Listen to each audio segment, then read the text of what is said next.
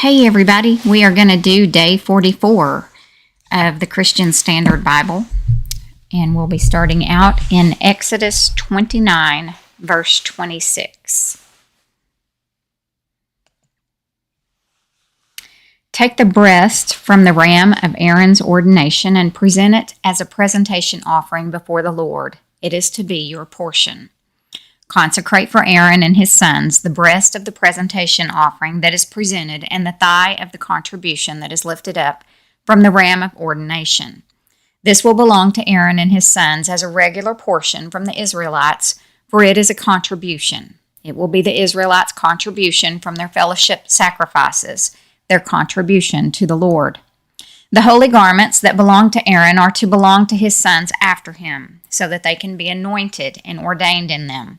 Any priest who is one of his sons and who succeeds him and enters the tent of meeting to minister in the sanctuary must wear them for 7 days. You are to take the ram of ordination and boil its flesh in a holy place. Aaron and his sons are to eat the meat of the ram and the bread that is in the basket at the entrance of the tent of meeting. They must eat those things by which atonement was made at the time of their ordination and consecration. An unauthorized person must not eat them, for these things are holy. If any of the meat of ordination or any of the bread is left until morning, burn what is left over. It must not be eaten because it is holy. This is what you are to do for Aaron and his sons based on all I have commanded you. Take 7 days to ordain them. Sacrifice a bull as a sin offering each day for atonement. Purify the altar when you make atonement for it, and anoint it in order to consecrate it. For 7 days you must make atonement for the altar and consecrate it. The altar will be especially holy. Whatever touches the altar will be consecrated. This is what you are to offer regularly on the altar every day: 2-year-old lambs. In the morning offer 1 lamb, and at twilight offer the other lamb. With the first lamb offer 2 quarts of fine flour mixed with 1 quart of oil from crushed olives, and a drink offering of 1 quart of wine. You are to offer the second lamb at twilight. Offer a grain offering and a drink offering with it, like the one in the morning, as a pleasing aroma, a food offering to the Lord. This will be a regular burnt offering throughout your generations at the entrance of the tent of meeting before the Lord, where I will meet you to speak with you. I will also meet with the Israelites there, and that place will be consecrated by my glory. I will consecrate the tent of meeting and the altar. I will also consecrate Aaron and his sons to serve me as priest. I will dwell among the Israelites and be their God, and they will know that I am the Lord their God, who brought them out of the land of Egypt, so that I might dwell among them. I am the Lord their God. You are to make an altar for the burning of incense. Make it of acacia wood. It must be square, 18 inches long and 18 inches wide. It must be 36 inches high. Its horns must be of one piece with it. Overlay its top all around its sides and its horns with pure gold. Make a gold molding all around it. Make 2 gold rings for it under the molding on 2 of its sides. Put these on opposite sides of it to be holders for the poles to carry it with. Make the poles of acacia wood and overlay them with gold. You are to place the altar in front of the curtain by the ark of the testimony, in front of the mercy seat that is over the testimony, where I will meet with you. Aaron must burn fragrant incense on it. He must burn it every morning when he tends the lamps.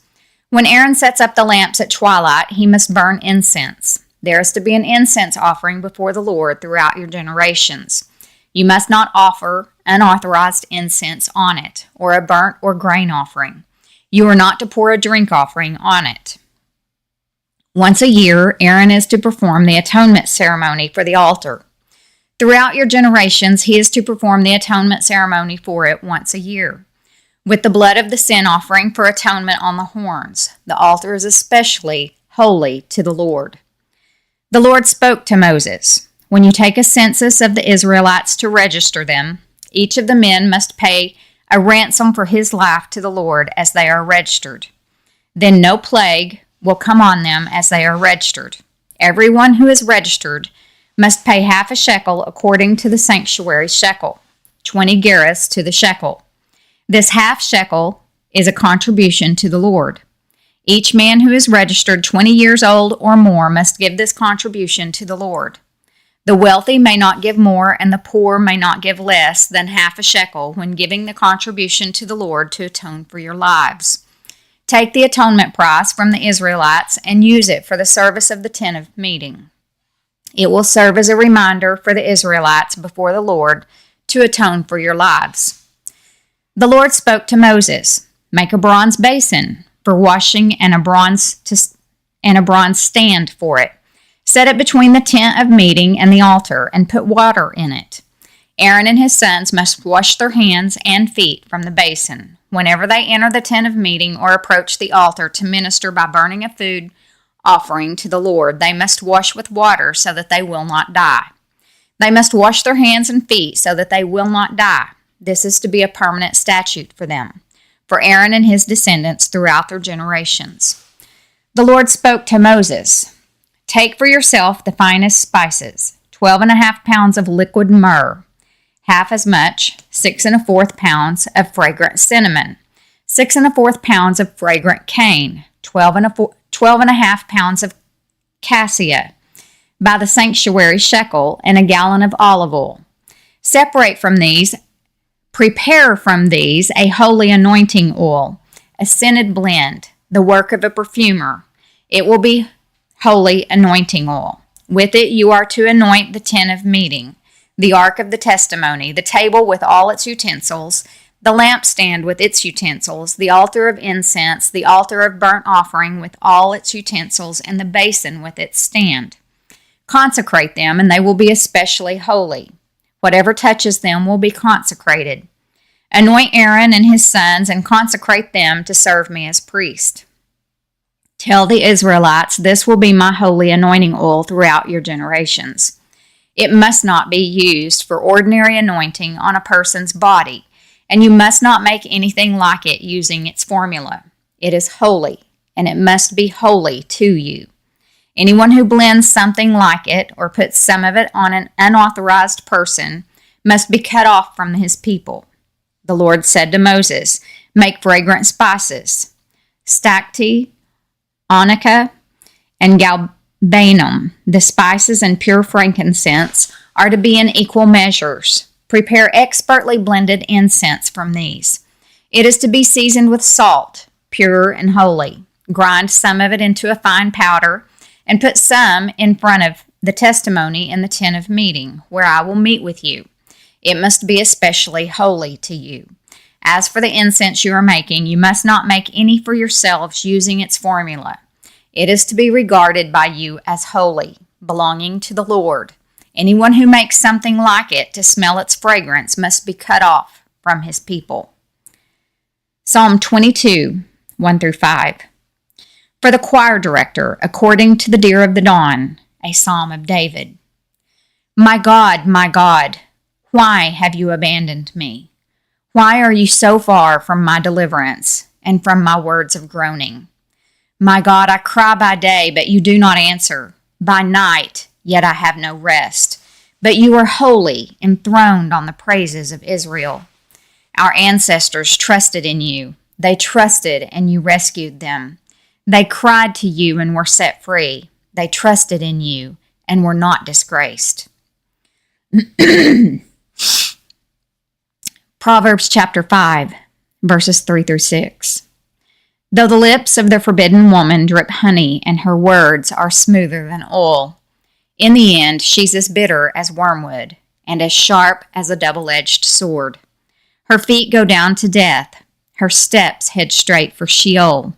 She doesn't consider the path of life. She doesn't know that her ways are unstable. Matthew chapter 26, verses 6-25. While Jesus was in Bethany, at the house of Simon the leper, a woman approached him with an alabaster jar of very expensive perfume. She poured it on his head. As he was reclining at the table, when the disciples saw it, they were indignant. Why this waste, they said. This might have been sold for a great deal and given to the poor. Aware of this, Jesus said to them, Why are you bothering this woman? She has done a noble thing for me. You always have the poor with you, but you do not always have me. By pouring this perfume on my body, she has prepared me for burial.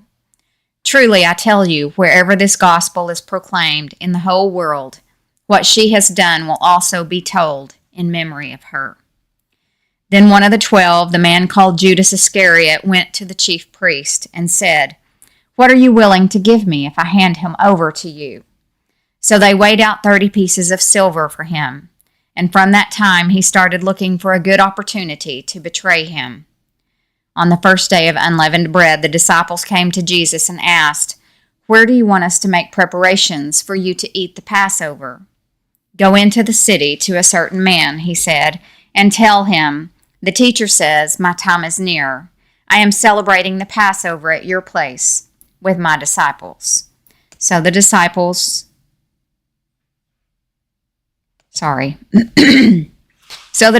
did as Jesus had directed them and prepared the Passover. When evening came, he was reclining at the table with the 12. While they were eating, he said, "Truly, I tell you, one of you will betray me." Deeply distressed, each one began to say to him, "Surely not I, Lord." He replied, "The one who dipped his hand with me in the bowl, he will betray me. The Son of Man will go just as it is written about him. But woe to that man by whom the Son of Man is betrayed. It would have been better for him if he had not been born." Judas, his betrayer, replied, "Surely not I, Rabbi." "You have said it," he told him. And that concludes day 44 of the Christian Standard Bible. I will be